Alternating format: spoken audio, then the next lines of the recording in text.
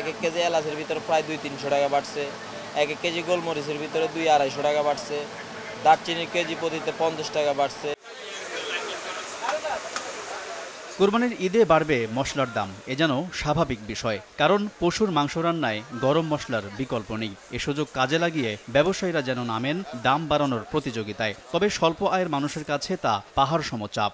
সব জিনিসেই তো দাম বেশি, আগের থেকে অনেক বেশি, পুরায়ের ক্ষমতার বাইরে। বেতনও পাই নাই, বোনাসও পাই নাই, এই টাকা দিয়ে কোটি কোটি টাকা দিয়ে কোম্পানি ব্যবসা করে আরো লাভ করে। ঈদ সামনে রেখে 1 মাস আগেই বাড়তে থাকে মশলার দাম। ভোক্তা অধিকার সংরক্ষণ অধিদপ্তরের তথ্য বলছে, জিরা এলাচ সহ প্রায় সব মশলার দাম 1 মাসে বেড়েছে অন্তত 7%। ক্রেতাদের দাবি, 2 দিনের ব্যবধানে কেজিতে 10 থেকে 20 টাকা বেশি নিচ্ছেন খুচরা বিক্রেতারা। যদিও অভিযোগ মানতে নারাজ তারা। এলাচির দামটা বাড়ছে, আরো আগে বাড়ছে, এমন বাড়েনি।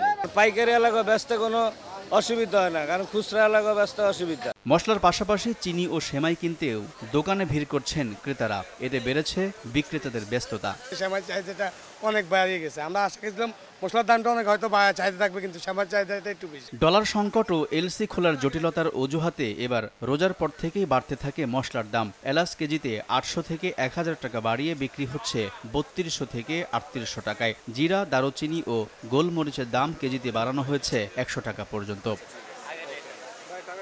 আলতাফ হোসাইন, সময় সংবাদ, ঢাকা।